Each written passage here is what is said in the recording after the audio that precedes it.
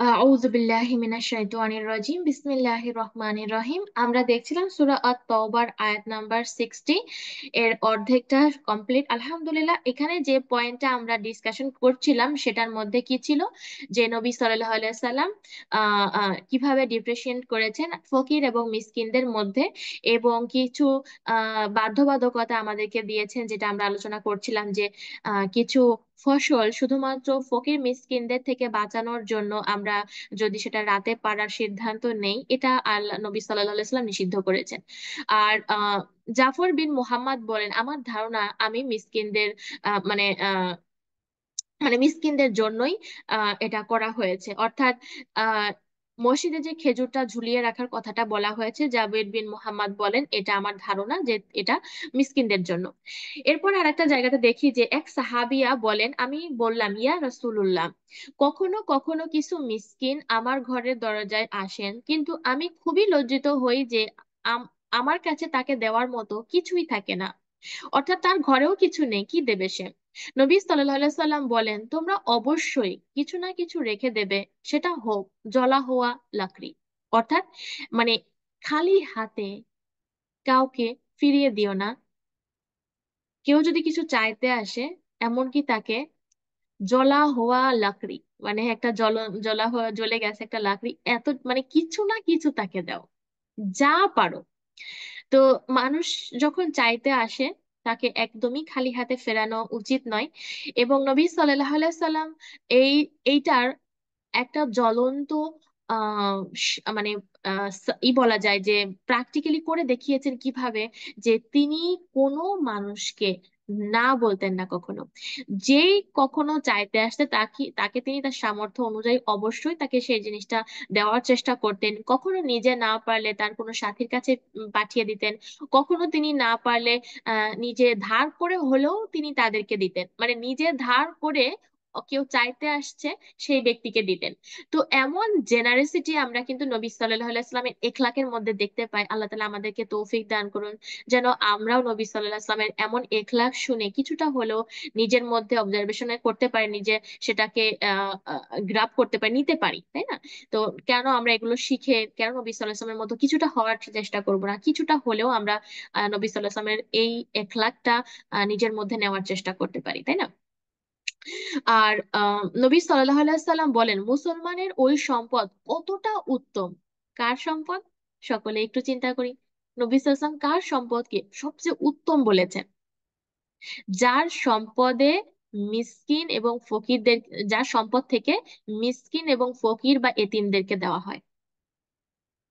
অর্থাৎ বাহ্যিকভাবে এইটার মানুষ চিন্তা করবে যে আরে আমার অর্থ তো চলে যাচ্ছে, কিন্তু সেই সম্পদটা কতটা আল্লাহ তাআলার নিকট পছন্দনীয়, যেটা রয়ে গেছে এমনকি, যে যেই সম্পদ থেকে মিসকিন ফকির বা এতিমদেরকে দেওয়া হয়, এটা আল্লাহ তাআলার নিকট কতটা উত্তম একটা সম্পদ, তাই না?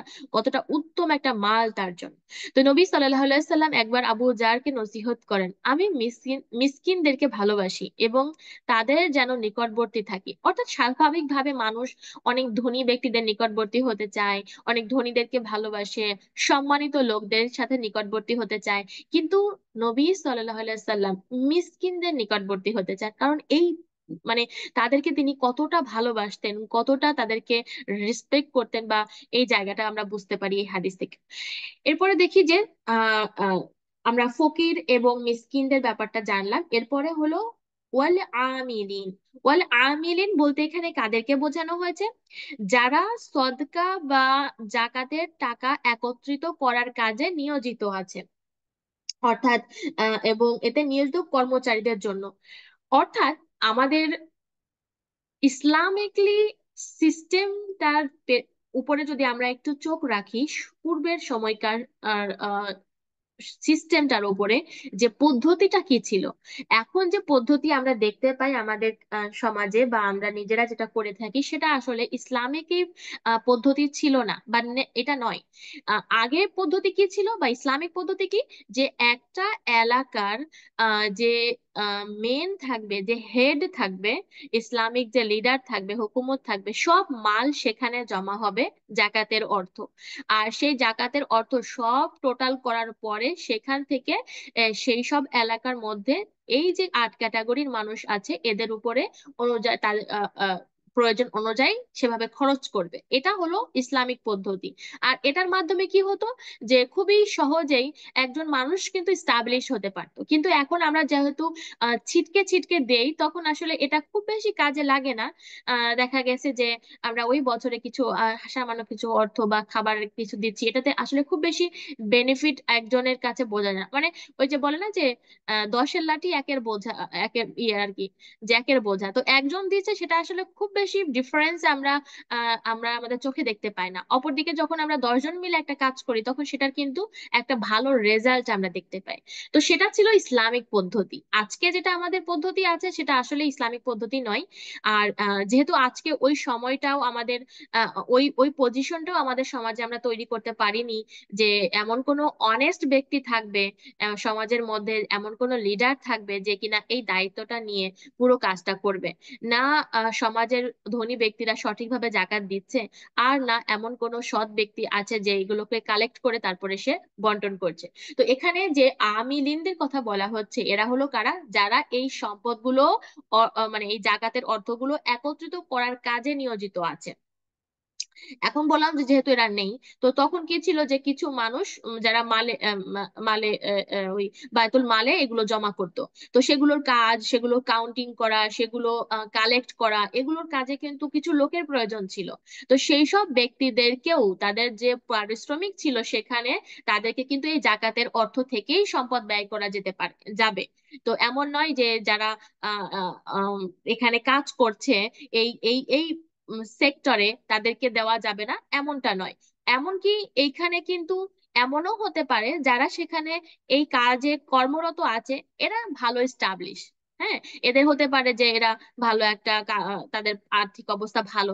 তা সত্ত্বেও যেহেতু তারা এই কাজে নিয়োজিত আছে, একটা পার্সেন্টেজ তাদের যে বেতনের যে টাকাটা এখান থেকেই তাদেরকে দেওয়া যেতে পারে। বোঝা গেছে? তো এখানে এমন নয় যে এদের মধ্যে যে যারা দরিদ্র তাদেরকেই দিতে হবে আলাদা করে, এমনটা নয়। ঠিক আছে? তো এরা হলো সেসব ব্যক্তি যারা এই জাকাতটা সংরক্ষণ বা কাউন্টিং বা এগুলোর জন্য কাজ করবে তাদের জন্য। আর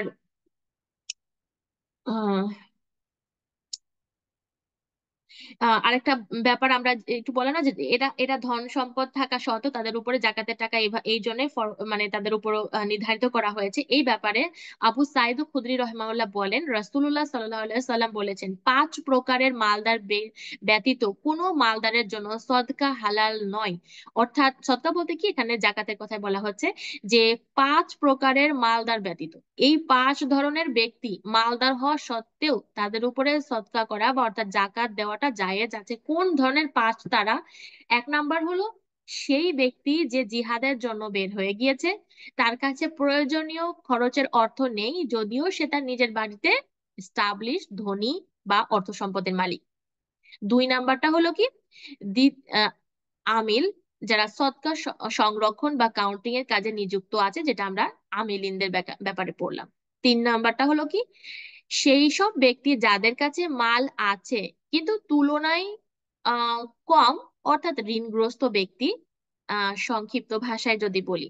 4 নাম্বারটা হলো কি, সৎকার মাল কোনো গরিবের থেকে মানে সৎকার মানে কোনো গরিবের থেকে কিনে নেয়, অর্থাৎ কোনো ব্যক্তি জাকাত হিসেবে তাকে একটা হয়তোবা এমন একটা জিনিস দিয়েছে, ফর এক্সাম্পল একটা স্বর্ণের একটা রিং দিয়েছে।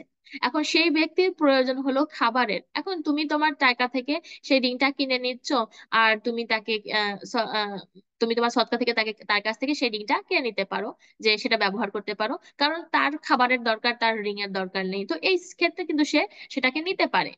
অপরদিকে আরেকটা হলো কি, 5 নাম্বার পয়েন্টটা, যে এমন সম্পদশালী লোক যাকে কোনো মিসকিন জাকাত হতে প্রাপ্ত কোনো মাল উপঢৌকন হিসেবে দিয়েছে। অর্থাৎ কি, যে কোনো একজন মিসকিন বা জাকাত প্রাপ্ত যে ক্যাটাগরির লোক, তারা জাকাত পেয়েছে, সেটা তারটা পেয়ে গেছে। এখন ওই যে মালটা সে পেলো, এটা তার জন্য জাকাত ছিল। এখন সে কি করলো, সে এই মালটার থেকে কিছু অংশ নিজেও খেতে পারে, সে ইচ্ছা করলে এটাকে উপহার হিসেবে কাউকে দিতেও পারে। এটা এক্স্যাক্টলি এখন সম্পূর্ণ তার মাল হয়ে যাবে, সেই মিসকিনদের মাল হয়ে যাবে। এখন সে এই মালটা এমনও হতে পারে, এমন তার মধ্য থেকে কিছু জিনিস সে এমন কোনো কাউকে দিল, সে ধনী, তার কাছে অর্থ সম্পদ আছে, কিন্তু তাকে সে উপহার হিসেবে সেই জিনিসটা থেকে পাঠাতে পারে। এখন যে সম্পদশালী ব্যক্তি সে মনে করবে যে আল্লাহ, এটা তো সে জাকাত হিসেবে পেয়েছে, এটা থেকে যদি আমি খাই তাহলে কি আমারও জন্য এটা জাকাত, আমি কি জাকাত খেয়ে ফেললাম? না, জাকাত অলরেডি তার উপরে ডান হয়ে গেছে সেই মিসকিনের প্রতি। এখন সে ওই মালটা কাকে খাওয়াবে, সে পুরোটাই নিজে খাবে নাকি সে অন্যকে খাওয়াবে, নাকি সে কোনো উপহার হিসেবে কোনো বন্ধুকে দিবে, সেটা সম্পূর্ণ তার নিজের ব্যাপার। এটা আরেকজনের জন্য তখন জাকাত হয় না, এটা তার নিজের মাল। বোঝা গেছে? তো এমন ক্ষেত্রে সে অবশ্যই খেতে পারে।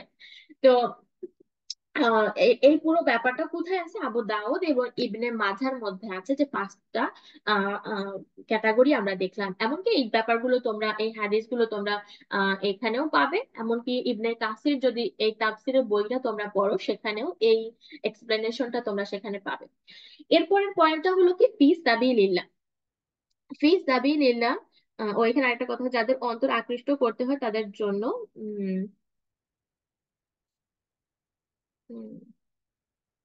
উম, যাদের অন্তর, আহ, এখানে কি বলছে, ওয়াল ওয়াল ওয়াল মুআল্লাফাতি কুলুবুহুম ফি রিকাব, আহ কুলুবি, ও আচ্ছা এখানে ওয়াল মুআল্লাফাতি কুলুবুহুম। তো যাদের আহ, যাদের অন্তরকে আকৃষ্ট করার জন্য তা বন্টন করা যায়। তো এই ক্ষেত্রে কি, যে এক্ষেত্রে যে এমন কোন এমন ধরনের ব্যক্তিরা যারা যাদের অন্তরকে আকৃষ্ট করার জন্য, যেমন হতে পারে এরা এরা হতে পারে ইসলামের দুশমন, কিন্তু কিছু কিছু সময় দেখা গেছে যে নবী সাল্লাল্লাহু আলাইহি সাল্লামের সময়ও কিছু লোক ছিল যাদের উপরে নবী সাল্লাল্লাহু আলাইহি সাল্লাম কখনো কখনো বেশি খরচ করেছেন তাদেরকে আকৃষ্ট করার জন্য। আর এমনটা অনেক হয়েছে যে অনেক সময় অনেক ক্ষেত্রে কিছু মানুষ শুধুমাত্র দুনিয়ার সম্পদ পাওয়ার জন্য দিনের পথে এসেছে, কিন্তু আস্তে আস্তে যখন তারা দিনকে শিখে নিয়েছে, যখন তারা দিনের এই এহসান মানে জিনিসগুলো তারা কাছ থেকে দেখেছে, তখন দিন তাদের জন্য অনেক বেশি প্রাধান্য হয়ে গেছে, মহব্বতের জায়গা তৈরি হয়েছে। কিন্তু ইন দা বিগিনিং এ কিন্তু সেটা ছিল না, শুধুমাত্র তাদের আসার কারণ কি ছিল? দুনিয়ার অর্থ সম্পদ পাওয়ার জন্য। যেমনটা একবার দেখা যায়, একবার হাদিসে একজন ব্যক্তি আসলো, আহ এটা যে হাদিসে বলা হচ্ছে, যে একজন ব্যক্তি আসলো এবং নবী সাল্লাল্লাহু আলাইহি সাল্লামের কাছে দুই পাহাড়ের মাঝখানে এসে বললেন যে আমাকে এতটা দিতে হবে। তখন কি হলো, যে নবী সাল্লাল্লাহু আলাইহি সাল্লাম তাকে এত পরিমাণে ছাগল তাকে দিলেন যে সে তার সম্প্রদায়ের নিকট ফিরে গেল এবং বলল যে হে মানুষ, তোমরা সকলেই মুসলমান হয়ে যাও, তাহলে নবী মোহাম্মদ সাল্লাল্লাহু আলাইহি সাল্লাম তোমাদেরকে এতটা পরিমাণে সম্পদ দেবে যে তুমি আর কারোর মুখাপেক্ষী থাকবে না। মানে এতটা সম্পদ তুমি পাবে যে তুমি আর মিসকিন থাকবে না, তুমি ফকির থাকবে না, মানে এতটা পরিমাণে। তো এই ধরনের জেনারেসিটি নবী সাল্লাল্লাহু আলাইহি ওয়াসাল্লাম আসলে কি, কাউকে ইসলামের জন্য আকৃষ্ট করার জন্য অনেক সময় করেছেন, যেটা আমরা এখানে দেখতে পাচ্ছি।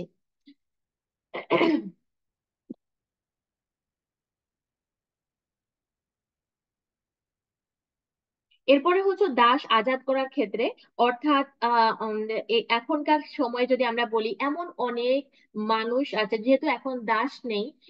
এখন নবী সাল্লাল্লাহু আলাইহি সাল্লামের সময়টার পরে আমরা দেখি এই পদ্ধতিটা একেবারেই ইসলাম থেকে আলহামদুলিল্লাহ এটা একদমই চলে গেছে।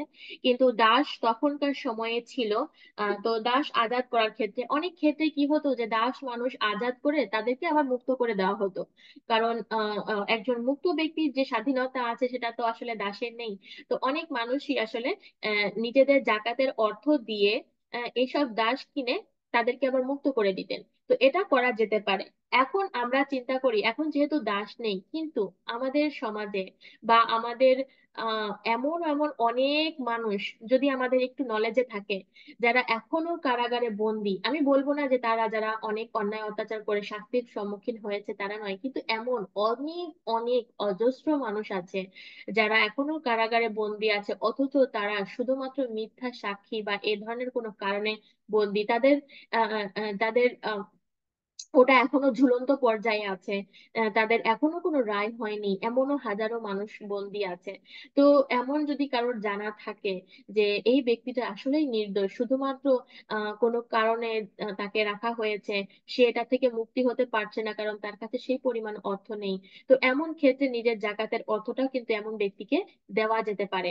আর এটা আজকের সময়ে অস্বাভাবিক কিছু নয়, কারণ অনেক ধনী সম্পদশালী ব্যক্তিরা নিজেদেরকে বাঁচানোর জন্য অন্য কাউকে দেখা গেছে যে এই এই জেলে ভরিয়ে দিচ্ছে, বা তাদেরকে সেখানে সারা জীবনের জন্য রেখে দিয়েছে, কিন্তু তাদের হয়তো বলার কেউ নেই, তাদের হয়তো কারোর কাছে নিজের কষ্টের কথাটা বলার কেউ থাকে না, বা নিজে অর্থ সম্পদ দিয়ে তার ফ্যামিলি ছুটিয়ে আনবে এটারও কোনো পদ্ধতি তাদের কাছে নেই। তো সব মিলে এমন ধরনের ব্যক্তিদের জন্য জাকাতের অর্থ খরচ করে তাদেরকে মুক্ত করা যেতে পারে, যদি কারো অবশ্যই জানা থাকে তাহলে। আর এটা আসলেই আছে, এটা আমার কাছে মনে হয় যে এটা কতটা একটা কষ্টদায়ক একজন ব্যক্তির জন্য, যে সে অন্যায় না করেও এমন অনেক ব্যক্তি যারা এখনো আটকা পড়ে আছে। আল্লাহ তাআলা আমাদের সবাইকে হেদায়েত দান করুন, যেন আমরা এমন ধরনের কাজ তো নাই করি, বরঞ্চ এ ধরনের কর্মকাণ্ড যারা করে তাদেরকেও বিরত রাখা, বা যারা এ ধরনের আটকে আছে তাদেরকে যেন আমরা যেন আল্লাহ মানে কোনোভাবে একটা সৎকার জারিয়া তাদের জন্য হতে পারি, কোনোভাবে এটা কাজটা করতে পারি, তাই না? এরপর আছে ঋণগ্রস্তদের মধ্যে যদি আমরা এখানে বলি যে এমন ঋণগ্রস্ত যারা প্রয়োজনের তাগিদে ঋণ নিয়েছে। এমনও অনেক আসলে আমাদের চারপাশে এখনো অনেক আছে যারা প্রয়োজনের তাগিদে, বেসিক যে নিড, সেই সব কারণে যারা ঋণ নেয়, সেই সব ঋণ পরিশোধের জন্য আমরা তাদেরকে জাকাত দিতে পারি। বাসস্থান হতে পারে, খাওয়া দাওয়া হতে পারে, নিজেদের চলার জন্য একটু নিয়েছিল কিন্তু সেটা ধ্বংস হয়ে গেছে। অনেকে হতে পারে যে কোনো বিজনেসের জন্য নিয়েছে, একটা একটা কাজ করে খাওয়ার জন্য, কিন্তু সেটা এমন ভাবে ধ্বংস হয়ে গেছে যে তার কাছে কিছুই নেই, কিন্তু সেটা ঋণ করা ছিল, এখন সেই ঋণের টাকা কিভাবে সে শোধ দিবে? তো এই ক্ষেত্রেও কিন্তু জাকাতের টাকা তাদেরকে দেওয়া যেতে পারে, সেই সব মানুষকে ঋণ থেকে মুক্ত করার জন্য। এখন অনেকেই চিন্তা করবে যে অনেকেই ঋণ নিয়েছে অসামাজিক কোনো কর্মকাণ্ড পরিচালনা করার জন্য। এমনকি হতে পারে যে আজকে যে যতটা শো অফ আমাদের বিভিন্ন কর্মকাণ্ডে হয়ে থাকে, যদি আমি ছোট্ট একটা নাম নেই এখানে, ভুল হবে না, এখন নাম নেওয়ার মতো হাজারটা আছে, কিন্তু তার মধ্যে যদি আমরা বেসিক যেটা আমাদের কমন হয়ে গেছে সেটার নাম যদি নেই, ভুল হবে না, সেটা হলো আমাদের বিয়ে বলো, আমাদের বার্থডে বলো, বা আমাদের অন্যান্য কর্মকাণ্ড যেটা খুবই সিম্পল থাকার কথা ছিল, মানুষ সেখানের জন্য ঋণ করছে। আর যদি বলে যে ভাই আমি তো ঋণ করেছি, ভাই তুমি কোন কাজে ঋণ করেছো, এটাও তো একটা ইম্পর্টেন্ট পয়েন্ট, তাই না? তুমি বিলাসিতা করার জন্য, তুমি শো অফ করার জন্য, তুমি মন্দ কাজ করার জন্য ঋণ করেছো, সেখানে তো আমরা সেখানে দিতে পারি না, সেখানে তাদের ঋণগ্রস্ত থেকে তাদেরকে ফ্রি করতে পারি না। তো আমাদের দেখতে হবে সেই ব্যক্তি তার নিজের বেসিক প্রয়োজনের জন্য ঋণ করেছিল, নাকি সে মন্দ কর্মকাণ্ডের জন্য ঋণ করেছিল। এটা কিন্তু খুব গুরুত্বপূর্ণ একটা পয়েন্ট, তাই না? তো আমাদের এটা অবশ্যই ফাইন্ড আউট করতে হবে। তো আমরা যদি শুধুমাত্র এইটা এইভাবে এখান থেকে দেখে চলে যাই, যেখানে বলা আছে ঋণগ্রস্তদের জন্য জাকাত দেওয়া যাবে তাদেরকে, এখন আমরা যদি এমন ধরনের ঋণগ্রস্তদেরকে জাকাত দেই যারা অসামাজিক কর্মকাণ্ড করছে বা আল্লাহ তাআলা নাফরমানির কাজ করছে, তাহলে আদৌ কি আমাদের সদকাটা, আমাদের জাকাতটা অ্যাকসেপ্টেবল হবে? তো আমরা এমন নয় যে আমরা আমাদের সম্পদটাকে যেখানে সেখানে ছড়িয়ে ফেলে আসবো, অথচ খেয়ালই রাখবো না কার জমিতে, কোন জায়গাতে আমরা সেটা, আমাদের সৎকারটা একটা বীজের মতো না, সেটা ফেলে এসেছি। তো আমরা আমাদের বীজ আমরা যেটা বুনি সেটা কত কেয়ারফুলি আমাদের জমির মধ্যেই ফেলি, পারফেক্ট টাইম পারফেক্ট জায়গায় আমরা সেটা বপন করি। তো আমাদের সদকা, আমাদের জাকাত আমরা কোথায় দিচ্ছি, কি দিচ্ছি, এটা আমাদের অবশ্যই খেয়াল রাখা উচিত। কে বেশি হকদার, কোথায় বেশি দিলে কাজ হবে, এটা আমাদের অবশ্যই আহ বিবেচনা করতে হবে, তাই না? এরপরে আছে যে আহ আল্লাহর রাস্তায়, ফি সাবিলিল্লাহ, আল্লাহর রাস্তায়। ফি সাবিলিল্লাহ এখানে বিভিন্ন হাদিস মোতাবেক এটা হতে পারে গাজী, অর্থাৎ যারা জিহাদের জন্য বের হয়েছে, আল্লাহ তাআলার রাস্তায় সরঞ্জামের প্রয়োজন, এমন কিছু জিনিসের প্রয়োজন যাদের কারণে সেটা তারা আরো আল্লাহর রাস্তায় জিহাদ করতে পারে, তো তাদেরকে মাল দেওয়া যেতে পারে, সেসব কর্মকাণ্ডের জন্য মাল দেওয়া যেতে পারে। ফর এক্সাম্পল, আজকে আমাদের সমাজে যেমন, সমাজে তো বলবো না, পৃথিবীতে যেসব জায়গাগুলোতে মুসলমানের উপরে প্রচন্ড পরিমাণে অত্যাচার চলছে, সেই সব জায়গাগুলোতে যদি আমরা আমাদের জাকাতের টাকাটা পাঠাই, এটা কোনো ভুল কিছু হবে না, কারণ এখনকার সময়ে এটা খুবই ইম্পর্টেন্ট একটা, আর তাদের তাদের এটা খুবই নিড এটা হয়ে দাঁড়িয়েছে। তো আমাদের আমাদের সম্পদের যদি আমরা আমাদের জাকাতটা আমরা ওই সব জায়গাতে খরচ করি, যারা আল্লাহ তাআলার দিনটাকে ধরে রাখার জন্য চেষ্টা করছে, এটা তো ফিসাবিলিল্লাহ, তাই না? তো তারা যে সেখানে রয়েছে, তারা যে এখনো নিজেদের জীবনটাকে বাজি রেখেছে, চাই সেটা কেন? সেটা তো তারা আল্লাহ তাআলার ঘরকে রক্ষা করার জন্যই, আল্লাহ তাআলার দিনকে রক্ষা করার জন্যই। তারা তো নিজেদের জান বাঁচিয়ে সেখান থেকে পালিয়ে যেতেই পারতো, কিন্তু তারা যাচ্ছে না কেন? কারণ তারা সেই জায়গাটা, সেই মসজিদটা নিজেরা রক্ষা করতে চাচ্ছে, আল্লাহ তাআলার দিনটাকে সেখানে কিন্তু হেফাজত করার জন্য তারা নিজেদের জান মাল সবকিছু দিয়ে বিসর্জন দিচ্ছে। তো এমন জায়গাগুলোতে আমরা আমাদের জাকাতের মাল অবশ্যই খরচ করতে পারি।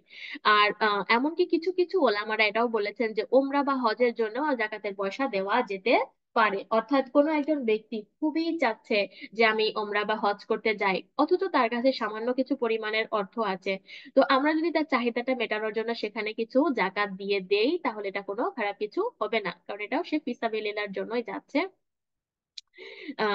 যে তার চাওয়াটা আল্লাহ তাআলা যেন কবুল করেন, আর তার কাছে পরিপূর্ণ অর্থ নেই, কিছুটা আছে কিছুটা নেই, তো সেক্ষেত্রে আমরা অবশ্যই আমাদের জাকাতের টাকা দিয়ে কাউকে তার ইচ্ছাটা পূর্ণ করতে পারি। কিছু কিছু স্কলারদের মতে দাওয়াতের কাজেও ফিসাবিলিল্লাহ, দাওয়াতের কাজেও আমরা আমাদের জাকাতের অর্থটা অ্যাড করতে পারি, এটাও কারণ একটা ফিসাবিলিল্লাহ, এখানেও আল্লাহ তাআলার কালেমাটাকে, তৌহিদটাকে প্রতিষ্ঠিত করার জন্যই কিন্তু একজন ব্যক্তি ফিসাবিলিল্লাহ কাজটা করছে, দাওয়াতের কাজটা করছে। অর্থাৎ দাওয়াতের কাজের যে ম্যাটেরিয়াল গুলো আমাদের লাগছে, আমরা যে যে অর্থটা ব্যয় করছি, তো সেক্ষেত্রেও আমাদের জাকাতের টাকাটা আমরা ব্যয় করতে পারি। এরপরে আছে যে আহ উম, মুসাফিরদের জন্য, মুসাফিরদের জন্য এটা বলা হচ্ছে যে মুসাফির হতে পারে তার জায়গাতে, তার বাড়িতে সে স্টাবলিশ, সে ভালো আছে, কিন্তু সে যখন সফরে বের হয়েছে, কিন্তু সে সফরে গিয়ে তার অর্থ সম্পদ কমে গেছে, তার কাছে সেটা তার কাছে অর্থ সম্পদ আনাটা এখন তার পক্ষে সম্ভব নয়, সেক্ষেত্রেও কিন্তু সেই মুসাফিরের উপরে আমরা জাকাতের টাকাটা ব্যয় করতে পারি। অর্থাৎ কেউ হয়তো বা অন্য কোনো কান্ট্রি থেকে এসেছে, অন্য কোনো আহ আহ আহ জায়গা থেকে আমাদের এখানে এসেছে, কিন্তু তার বাড়িতে হতে পারে যে ভালো ভালো ভালো একটা এস্টাবলিশ একজন ব্যক্তি, কিন্তু এখানে এসে সে চলতে পারছে না, এখানে এসে সে আহ আহ আহ, প্রয়োজনটাও তা মেটাতে পারছে না, সেক্ষেত্রেও কিন্তু আমরা তার উপরে জাকাতের টাকাটা ব্যয় করতে পারি। তো এটা গেল। আর কিছু কিছু ওলামাদের মতে এই পুরো যে বন্টনটা, জাকাতের যে অর্থটা, জাকাতের যে আট শ্রেণীর কথা এখানে বর্ণনা করা হয়েছে, কিছু কিছু ওলামাদের মতে আমাদের পুরো জাকাতের টাকাটা আট ভাগে বিভক্ত করে এই পুরো আট ভাগ লোকদের উপরে বন্টন করা হবে, যতটুকু পরিমাণে আমরা পাই। কিন্তু কিছু কিছু কিছু কিছু ওলামা বা নবী সাল্লাল্লাহু আলাইহি ওয়াসাল্লামের কর্মকাণ্ড বা খোলাফায়ে রাশিদিন এদের কর্মকাণ্ডের উপর যদি আমরা একটু দেখি, বা অধিকাংশ ওলামাদের মতামত যেটা, সেটা হলো আহ যে প্রয়োজন অনুযায়ী খরচ করা, এমন নয় যে আমাদের পুরো অর্থটাকে, পুরো জাকাতের অর্থটাকে আট ভাগে বিভক্ত করে এদের মধ্যে বন্টন করা, বরঞ্চ এদের মধ্যে কার বেশি প্রয়োজন সেটাকে আগে রেখে আমরা সেখানে কম বেশি করতে পারি। কারণ হয়তো এমন হলো যে আমাদের এখন যদি লোকাল জায়গাতে আমরা খরচ করতে যাই, সেখানে হয়তো বা কোনো মুসাফির নেই, রাইট? সেখানে হয়তো বা দিনের কোনো কাজ হচ্ছে না বা ফিসাবিলিল্লাহ কিছু হচ্ছে না, তো আমরা কিন্তু সেখানে আহ আহ, প্রয়োজন অনুযায়ী কোন জায়গাতে আজকে প্রয়োজন বেশি হচ্ছে সেই জায়গাগুলোতে আমরা খরচ করতে পারি। আব্দুল্লাহ ইবনে সাউদা বলেন, ওমর ফারুক রাদিয়াল্লাহু আনহুর টাইমে আমি একবার তার কাছে যাই, এটা এই এই সব কিছুর উপরে টপিক একটা, যে তিনি বলেন, আমি শুনলাম যে ওমর ফারুক রাদিয়াল্লাহু আনহু তার কাছে যান এবং বলেন, তোমরা কাজ করছো, আমি শুনলাম যে তোমরা সেই কাজের পারিশ্রমিক দিতে চাইলে তোমরা নিতে অস্বীকার করো। আহ, আম, তিনি বলেন যে জি হ্যাঁ। ওমর ফারুক বললেন, এর ব্যাপারে তোমাদের কি মতলব, মানে এটা তোমরা কেন করছো? তোমরা যে কাজ করছো এটার উপরে কাজ করছো কি, তারা ফি সাবিলিল্লাহ কাজ করছিল। আহ, আর যখন তাদেরকে কিছু পারিশ্রমিক দেওয়া হচ্ছিল তারা সেটা নিতে অস্বীকার করলো। তো ওমর ফারুক জিজ্ঞেস করলেন যে তোমরা এটা কেন করছো, কেন, তোমাদের এটা মতলবটা কি? তিনি বলেন যে আমার কাছে ঘোড়া, সম্পদ, ঘর বাড়ি সবকিছুই আছে। তো আমি চাই আমার পারিশ্রমিক যেটা আমাকে দেওয়া হচ্ছে সেটা মুসলমানের উপরে সদকা করে দিতে। উমর ফারুক বললেন, তুমি যেটা করছো এটা করো না, কারণ নবী সাল্লাল্লাহু আলাইহি সাল্লামের সময় আমিও এমনটাই করতাম। অর্থাৎ এই ঘটনাটা হলো কি, উমর ফারুক রাদিয়াল্লাহু আনহুর দরে।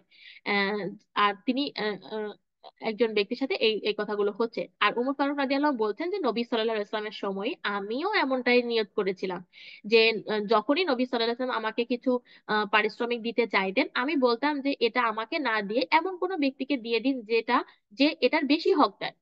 তো নবী সাল্লাল্লাহু আলাইহি ওয়াসাল্লাম বলেন যে এটা নেও এবং ধনী হও, এবং সেটার উপরে তোমরা সৎকা করতে থাকো, সেটার মাধ্যমে তোমরা আরো বেশি সৎকা করো। অর্থাৎ তুমি যখন কোনো ফি সাবিলিল্লাহর কাজ করবে, তোমার মনে মালের প্রত্যাশা থাকবে না, কিন্তু তোমাকে যদি কেউ এটার পারিশ্রমিক হিসেবে কিছু দেয়, সেটা অস্বীকার করো না, সেটাকে নিয়ে নাও এবং সেটাকে বাড়িয়ে চড়িয়ে পরবর্তী তুমি আল্লাহ তাআলার রাস্তায় তুমি নিজে খরচ করো, নিজে আল্লাহ তাআলার রাস্তায় সেটাকে সদকা করো। কিন্তু না, আমাদের অন্তরে মালের মহব্বত এতটা থাকবে যে ফিসাবিলিল্লাহ কাজ করার পরে আমাদের প্রত্যাশা থাকবে, না এটা থাকবে। আর যে পেলাম না আর আমরা অসন্তুষ্ট হয়ে গেলাম, এটা একদমই থাকা যাবে না। অপরদিকে যদি আমাদের কাছে এমন সুযোগ আসে, কেউ যদি আমাদেরকে কিছু দিতে চায়, আমরা সম্পদশালী হওয়া সত্ত্বেও সেটাকে নিয়ে আমরা আবার পরবর্তীতে সেটাকে অন্যভাবে সৎকার করে দিতে পারি। তো অর্থাৎ আমরা নিয়ত করব না যে আমরা এই কাজের বিনিময়ে কিছু পাচ্ছি, অথচ আমরা যদি পাই, অথবা যদি আমরা পাই সেটা থেকে আমরা অবশ্যই আহ, নিয়ে সেটাকে আমরা পরবর্তীতে সৎকার করতে পারি। তো আবার একটা ব্যাপার, আমরা এই যে পুরো ওভারঅল যদি আমরা একটু আরেকটু চিন্তা করি, যে আমেলিনদের কথা একটু বললাম, যে এখন এখনকার সময়ও যদি বলা যায় যে আমেলিন যদি এত পরিমাণে লোক থাকে, তো এমন নয় যে সব অর্থ, সব জাকাতের অর্থ তাদের উপরেই খরচ করে দেওয়া হবে। আহ একটা সার্টেন পার্সেন্টেজ পর্যায়ে তাদের উপরে খরচ করা যেতে পারে। এরপরে দেখি যে সেই আমিলিনদের ব্যাপারে আরেক নবী সাল্লাল্লাহু আলাইহি ওয়াসাল্লামের একটা হাদিস আছে, যে নবী সাল্লাল্লাহু আলাইহি ওয়াসাল্লাম বলেছেন আমিলিনরা কতটুকু সেখান থেকে আসলে নিবে, যদি তার বিবি না থাকে সে বিয়ে করার পরে তার খরচাদি, তার ওয়াইফের যে খরচ সেটার জন্য সে নিতে পারবে। তার যদি বেসিক ঘর না থাকে সেটার জন্য সে নিতে পারবে, গোলাম না থাকলে তার কাজ করার জন্য সেটা একজন গোলাম নিতে পারে। যাতায়াতের ব্যবস্থা না থাকলে সে একটা যাতায়াতের জন্য কিছু নিতে পারে। তো এই সব ক্ষেত্রে নেওয়ার পরে অতিরিক্ত নিলে সে আসলে খাইন হবে। খাইন বলতে কি, সে আসলে খেয়ানতকারী হবে। তো এতটুকুই তার জন্য জায়েজ আছে, যে তার বেসিক যে প্রয়োজন, তার থাকার ব্যবস্থা, আসা যাওয়ার জন্য, তার বিবি, তার খরচ, এইগুলোর জন্য সে নিতে পারে। এর অতিরিক্ত যখন সে নিবে আসলেই সে খাইন হবে। আবার এখানে আরেকটা পয়েন্টও বলে রাখি, আমেরিন যারা থাকবে, যারা কাজ করবে, এরা এমন নয় যে সম্পদ সংরক্ষণ করার পরে নিজেরাই নিজেদের জন্য এভাবে নির্ধারিত করে নেবে। নো, এটা হলো কি, যে ওখানকার হেড থাকবে, সব কাউন্ট হয়ে যাওয়ার পরে তিনি নির্ধারণ করবে আমিলিনরা কতটুকু এখান থেকে মাল পাবে। আর আর একটা পয়েন্ট হলো, আমেলিন যারা থাকবে এরা অবশ্যই অবশ্যই কোনো মানুষের থেকে কোনো গিফট নিতে পারবে না এই ফর্মে, যে যখন সে জাকাতের টাকা কালেক্ট করতে গেছে বা তখন তাদের কাছ থেকে কোনো গিফট নিবে, এটা সে নিতে পারবে না। কারণ এইগুলো করতে করতে আস্তে আস্তে আসলে কি ওখানে ফিতনা বা ঘুষ ব্যাপারটা চলে আসবে, যে আমি একটু কম দিলাম, তুমি এটা নাও, হ্যাপি থাকো, আর আমার জাকাতের টাকাটা কম নাও। তো এইগুলো আস্তে আস্তে আমাদের সমাজে চলে আসছে। আহ এই জাকাতের ফর্মে না হইলেও অন্যান্য হাজারো ফর্মে এই ব্যাপারটা আসছে। তো তাদের কোনো মতেই অ্যাকসেপ্টেবল নয় যে কোনো প্রকারের গিফট কোনো মানুষের কাছ থেকে নিবে, যে যারা জাকাত দিচ্ছে। আর আচ্ছা, তো এরপরে হলো কি, যে আল্লাহ সুবহানাহু ওয়া তাআলা এখানে কি বলেছেন, যে ওয়াল্লাহু আলিমুন হাকিম। আল্লাহ সুবহানাহু ওয়া তাআলা আলিম, আল্লাহ সুবহানাহু ওয়া তাআলা খুব ভালো করে জানেন, ভালো জ্ঞানী, তিনি মহাজ্ঞানী এবং হাকিম, হিকমতওয়ালা। আল্লাহ সুবহানাহু ওয়া তাআলার ইলম এবং হিকমতের সাথেই তিনি এই পুরো পদ্ধতিটা রেখেছেন। তো আমরা এখানে কোনো অবজেকশন রাখতে পারি না যে আজকে আমাদের জাকাতের টাকাটার বন্টনের বন্টন এভাবে কেন করা হয়েছে। আমাদের এটা আমাদের মাথায় থাকতে হবে যে আল্লাহ আলিম এবং আল্লাহ হাকিম। আল্লাহ খুব ভালো জ্ঞানী এবং তিনি হিকমতের সাথে এটা রেখেছেন। তো তার নির্ধারিত লিস্টে যারা আছে, তো তারাই আসলে আমাদের জাকাতের হকদার। আর আমরা যদি এর বাইরে এটাকে অস্বীকার করি, তাহলে আল্লাহ তাআলা যে আলিম আর আল্লাহ সুবহান তাআলা যে আল হাকিম, এটা আমরা অস্বীকার করছি। কারণ প্রত্যেকটা জিনিস আল্লাহ সুবহানাহু ওয়া তাআলা হিকমতের সাথে নির্ধারণ করেছেন। একটা কানুন আল্লাহ তাআলা এমনি এমনি দিয়ে দেননি। প্রত্যেকটা জিনিসের পেছনে আল্লাহ তাআলার ইলমও রয়েছে, তেমনি সাথে সাথে আল্লাহ তাআলার হিকমতও রয়েছে। এরপরে দেখি আয়াত নাম্বার 61। منهم الذين يؤذون النبي ويقولون هو أذن قل أذن خير لكم يؤمن بالله ويؤمن للمؤمنين ورحمة للذين آمنوا منكم والذين يؤذون رسول الله لهم عذاب أليم। আলহামদুলিল্লাহ, আমাদের 61 নাম্বার আয়াত, আমরা অর্থটা দেখি। আর তাদের মধ্যে এমন লোক আছে যারা নবীকে কষ্ট দেয় এবং বলে তিনি সব বিষয়ে শ্রবণকারী। বলো, তোমাদের জন্য যা কল্যাণের তা শ্রবণকারী। সে আল্লাহর প্রতি ঈমান রাখে এবং মুমিনদের বিশ্বাস করে। আর আর তোমাদের মধ্যে যারা ঈমানদার তাদের জন্য সে রহমত, এবং যারা আল্লাহর রাসূলকে কষ্ট দেয় তাদের জন্য রয়েছে আযাবুন আলিম, বেদনাদায়ক আযাব। এই আয়াতে মুনাফিকদের সেই গ্রুপের কথা বলা হচ্ছে যারা বিভিন্ন ভাবে কটূক্তি কথা বলে নবী সাল্লাল্লাহু আলাইহি সাল্লামকে কষ্ট দিত। আসলে আমাদের কাছে মনে হয় একজন নবী, তাকে মানুষ কেন এত কষ্ট দিত? কিন্তু তাদের সময়ে তিনি একজন লিডার ছিলেন, তিনি একজন হক পথে থাকা ব্যক্তি ছিলেন, তাদের মতোই একজন মানুষ ছিলেন, তাদের মধ্য থেকে আসা একজন সাধারণ মানুষ হিসেবে তাদের চোখে ছিল। তো তাদের জায়গা থেকে এটা তাদের কাছে যেমনটা স্বাভাবিক, আজকে আমাদের কাছে ওই ব্যাপারটা ভাবাটা অনেক বেশি অস্বাভাবিক মনে হয় যে মানুষ কেন এমনটা করত। তারা জানতো যে নবী আসলে কি, যে আমাদের সমাজেও এখনো অনেক অনেস্ট ব্যক্তি আছে যারা আল্লাহ তাআলার দিনের জন্য অনেস্ট ভাবে কাজ করে যাচ্ছে। বা তা সত্ত্বেও আমরা কিছুটা হলেও অজান্তেই হোক, যে জানতেই হোক আর অজান্তেই হোক, অনেক ভাবে আমরা এই ধরনের মানুষদেরকে কষ্ট দিয়ে থাকি, অথচ তারা নিঃস্বার্থ ভাবে আল্লাহ তাআলার রাস্তায় কাজ করে যাচ্ছে। ফর এক্সাম্পল, কেউ আমাদেরকে দিনের পথে ডাকছে, কেউ দিনের জন্য একটা কাজ করছে, বা কেউ একজন মসজিদ পরিচালনা করছে, কেউ একটা ভালো একটা কর্মকাণ্ড করছে, আমরা আজকেও তাদেরকে বিভিন্ন কটূক্তি কথা আমরা শোনাতে কিন্তু বিরত থাকি না। এখন আমরা কারণ নিয়ত সম্পর্কে জানি না, তবে এজ এ মুসলিম হিসেবে আমরা প্রত্যেকেই মানে পজিটিভ ধারণা সবার জন্যই রাখবো। কিন্তু মানে আমি তোমাদেরকে এটা কম্পেয়ার করাতে চাচ্ছি যে আমাদের কাছে এটা মনে হচ্ছে না যে কেন তারা নবী সাল্লাল্লাহু আলাইহি ওয়াসাল্লাম, নবী আল্লাহ তাআলার রাসূল, তাকে এত কষ্ট দিয়ে এমন ধরনের কটূক্তি কথা বলতো। তো আজকেও তো ঠিক আছে নবী নেই, কিন্তু আজকেও তো আমাদের সমাজে এমনও কিছু লোক আছে যারা নিঃস্বার্থ ভাবে আল্লাহ তাআলার দ্বীনের কাজ করে যাচ্ছে, অথচ আমরা তাদেরকে কত ধরনের কটূক্তি কথা বলে যাচ্ছি। অথচ আসলে আদৌ কি একবার চিন্তা করে দেখেছি যে আমরা কতটা সিমিলার মুনাফিকদের মতোই কিছুটা কাজ করে যাচ্ছি, তাই না? আমরা যদি একটু চিন্তা করি যে তাদের নিয়তটা কি, তারা কেন এগুলো করছে, নিশ্চয়ই তাদের পেছনে একটাই কারণ বের হয়ে আসবে, আল্লাহ সুবহানাহু ওয়া তাআলার সন্তুষ্টির জন্য, রাইট? তো আমি এই পয়েন্টটা কেন বললাম, যাতে আমরা একটু কম্পেয়ার করতে পারি যে আমরাও কিন্তু খুব বেশি ডিফারেন্স নেই মুনাফিকদের দিকে। তো আল্লাহ তাআলা আমাদেরকে হেফাজত করুন। আসলে ডিফারেন্স নেই এইগুলো বলে আমরা আমাদেরকে এটা বলতে চাচ্ছি না, বা আমরা ডিপ্রেস হতে চাচ্ছি না যে আমরা আসলে মুনাফিক, তবে না। তবে আমরা আমাদের নিজেদেরকে সংশোধন করতে চাচ্ছি যে কোনো একটা কথা বলার আগে, কোনো একজন মানুষের ব্যাপারে কটূক্তি করার আগে 10 বার চিন্তা করা উচিত যে আদৌ সে, যাকে আমরা কথাগুলো বলছি, সে আদৌ এটা শোনার যোগ্য কিনা, তাই না? যেমনটা মুনাফিকটা করেছে। তো এখানে আমরা দেখছি যে মুনাফিকরা নবী সাল্লাল্লাহু আলাইহি সাল্লামকে বিভিন্ন কটূক্তি কথা বলেছে তার সম্পদ বন্টনের ক্ষেত্রে, যেটা আমরা পূর্বের আয়াতেও কিন্তু দেখেছি যে কিভাবে তারা বলেছে যে নবী সাল্লাল্লাহু আলাইহি সাল্লাম বন্টন সঠিক করছেন না, এটা সেটা আরো অনেক তমক অমুক তমক অনেক কথা কিন্তু পূর্বের আয়াতগুলোতেও আমরা আলোচনা করেছি, এবং কোরআনের বিভিন্ন জায়গাগুলোতেও কিন্তু আছে। এইখানে যে কমপ্লেনটা তারা করছে যে নবী সাল্লাল্লাহু আলাইহি সাল্লাম তো আহ কি বলছে যে এমন লোক আছে যারা নবীকে কষ্ট দেয়, কি বলে যে নবী সাল্লাল্লাহু আলাইহি ওয়াসাল্লাম তো কান পাতলা। কান পাতলা কি কান পাতলা বা শ্রবণকারী, এটা কি ভালো অর্থে বোঝায়নি তারা। অর্থাৎ এটাকে কি বোঝাইছে, নবী সাল্লাল্লাহু আলাইহি ওয়াসাল্লাম যেহেতু খুবই খুবই মানে আহ কি ছিল যে একজন এমন একজন ব্যক্তি যে মানুষ তার কাছে এসে বিভিন্ন ধরনের অজুহাত দিত, আর নবী সাল্লাল্লাহু আলাইহি ওয়াসাল্লাম বলছে ঠিক আছে ঠিক আছে, ইটস ওকে, নেক্সট টাইম তুমি করতে পারবে।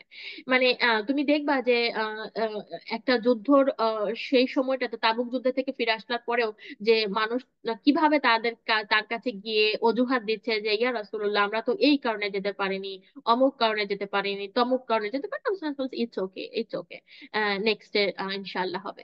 তো তিনি কিন্তু সবার কথাই যেভাবে তারা বলতো সেভাবে তিনি বিশ্বাস করতেন। এটা আসলে কিছু কিছু মুনাফিকদের কাছে এটা অসহনীয় মনে হচ্ছে যে কেন একজন, তিনি এমন কেন হবেন যে যে যা আসে বলছে সেটাই তিনি বিশ্বাস করছেন, সেটাই তিনি বলছেন হ্যাঁ হ্যাঁ।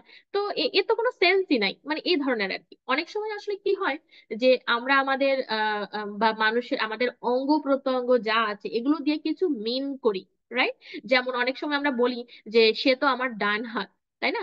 মানে কিছু কি ক্ষেত্রে বলি যে আমাদের অনেক কাজে লাগে, অনেক হেল্প করে, এই ক্ষেত্রে কিন্তু আমরা এই শব্দটাকে বলে থাকি। তো এটা একটা অঙ্গ, তো আমাদের শরীরের কিছু অঙ্গর মাধ্যমে আমরা কিছু মিন করি। তো কান পাতলা লোকটাকে আসলে আমরা এই অর্থে মিন করি যে কানে যা যা শুনছে সে সেই কথাগুলোর উপরেই বিশ্বাস করে। অথচ আল্লাহ সুবহানাহু ওয়া তাআলা বলছেন যে বলো তোমাদের জন্য যা কল্যাণের তা শ্রবণকারী, অর্থাৎ তোমাদের জন্য যা কল্যাণ সেটাই তো শ্রবণ করছেন। আর আল্লাহর প্রতি ঈমান রাখে, অর্থাৎ যার ব্যাপারে তোমরা কথা বলছো তিনি আল্লাহ সুবহানাহু ওয়া তাআলার উপরে ঈমান রাখেন এবং মুমিনদের বিশ্বাস করে, অর্থাৎ তিনি তার অন্তরে খুব ভালো করেই জানতেন যে কারা মুমিন এবং কারা মুনাফিক। তিনি ঠিক আছে তিনি বলছেন যে ঠিক আছে ঠিক আছে, কিন্তু আদৌ কি তোমরা ভাবছো যে তিনি জানেন না যে কে আসলে আহ, আহ, আহ, অজুহাত দিচ্ছে আর কে আসলে কাজটা করতে পারতো? তো এটা তো নবী সাল্লাল্লাহু আলাইহি সাল্লামকে জানানো হয়েছিল, যেটা আমরা অন্যান্য হাদিসের মাধ্যমে জানি যে মুনাফিকদের পুরো লিস্ট নবী সাল্লাল্লাহু আলাইহি সাল্লামকে জানিয়ে দেওয়া হয়েছে। কিন্তু এইটা হওয়াটা, তার এই সহজলভ্যতা হওয়াটা কি আমাদের জন্য রহমত স্বরূপ ছিল না? তিনি যদি খুবই কঠোর হতেন, তিনি যদি খুবই আহ শক্ত করতেন প্রত্যেকটা জায়গাতে, তাহলে সেটা কি আমাদের জন্য কঠিন হতো না? তো এই মুনাফিক গুলো এই ব্যাপারটাও তারা মাথায় ঢোকে না যে ইনি এমন কেন। তারপরে আল্লাহ সুবহানাহু ওয়া তাআলা কি বলছেন, আর তোমাদের মধ্যে যারা ঈমানদার তাদের জন্য সে রহমত। অর্থাৎ আমরা জানি কি নবী সাল্লাল্লাহু আলাইহি সাল্লাম কেন এসেছেন, কিভাবে এসেছেন, একজন রহমত এবং একজন সতর্ককারী হিসেবে। রহমত কাদের জন্য? যারা তার উপরে ঈমান আনে, তাদের জন্য তিনি রহমত স্বরূপ। আর যারা নবী সাল্লাল্লাহু আলাইহি সাল্লামকে কষ্ট দেয় তারা আসলে তাদের জন্য সতর্ককারী, তিনি তো তাদেরকে অবশ্যই রহমতের কথা শোনাবেন না। আর যারা আল্লাহ রাসূলকে কষ্ট দেয় তাদের জন্য রয়েছে বেদনাদায়ক আযাব। অর্থাৎ আল্লাহর নবীকে যারা কষ্ট দিচ্ছে তারা অবশ্যই আল্লাহকে কষ্ট দিচ্ছে। আমরা ইমরানের মধ্যে জানি আল্লাহ সুবহানাহু ওয়া তাআলা বলেছেন তোমরা যদি তোমরা যদি চাও আল্লাহ তোমাদেরকে ভালোবাসুক তাহলে তোমাদের কি করা উচিত? তাহলে নবী সাল্লাল্লাহু আলাইহি ওয়াসাল্লামকে অনুসরণ করো, তার সুন্নতটাকে অনুসরণ করো। আর এখানে নবী সাল্লাল্লাহু আলাইহি ওয়াসাল্লামের একটা হাদিসের থেকে জানতে পারি যে নবী সাল্লাল্লাহু আলাইহি সাল্লাম মানে আহ, বলেছেন যে আহ, সেই যারা আহ যারা আহ নবী সাল্লাল্লাহু আলাইহি সাল্লামের সুন্নতটাকে বিরোধী করলো, যারা আমার সুন্নতটাকে কটূক্তি করলো, তারা আসলে নবী সাল্লাল্লাহু আলাইহি সাল্লামের জন্য নয়, তারা কিন্তু জান্নাতে যাবে না। তো সেই সব ব্যক্তি ছাড়া সকলেই জান্নাতে যাবে যারা অস্বীকার করলো। সাহাবা জিজ্ঞেস করেন ইয়া রাসূলুল্লাহ অস্বীকার কারা করলো? নবী সাল্লাল্লাহু আলাইহি সাল্লাম বলেন যারা আমার সুন্নতটাকে অস্বীকার করলো। তো আজকে আমরা যতটা সিম্পলি আমরা নবী সাল্লাল্লাহু আলাইহি সাল্লামকে বা তার সুন্নতটাকে অস্বীকার করি বা আমরা তুচ্ছ তাচ্ছিল্য করি, এটা কখনোই আল্লাহ তাআলার ভালোবাসা পাওয়ার একটা সাইন বা পদ্ধতি হতে পারে না। তো আমরা প্রত্যেকেই চাইবো যে আল্লাহ সুবহানাহু ওয়া তাআলা আমাদেরকে যেন নবী সাল্লাল্লাহু আলাইহি সাল্লামের সম্মানটা দেওয়ার তৌফিক দান করেন তার সুন্নতকে অনুসরণ করার মাধ্যমে। আমাদের যদিও আজকে আহ আর একটু দুইটা আয়াত করার টার্গেট ছিল, কিন্তু আমি করতে পারিনি। আল্লাহ তালা আমাকে মাফ করে দিন। আমরা যেন ইনশাআল্লাহ পরবর্তী আয়াতে করবো, কারণ আমাদের এখানে 1 মিনিটের সময়ের কমও আছে। আমরা দোয়াটা পড়ি ইনশাআল্লাহ, এরপরে শেয়ারিং এ যাব। সুবহানাকা আল্লাহুম্মা বিহামদিক আশহাদু আল্লা ইলাহা ইল্লা আনতা আস্তাগফিরুকা ওয়া আতুবু ইলাইক। জাযাকাল্লাহু খাইর ওয়া আহসানুল জাযা। আসসালামু আলাইকুম ওয়া রাহমাতুল্লাহি ওয়া বারাকাতুহু। তোমরা প্লিজ আরেকবার শেয়ার, আবার জয়েন করো জাস্ট শেয়ারিং এর জন্য।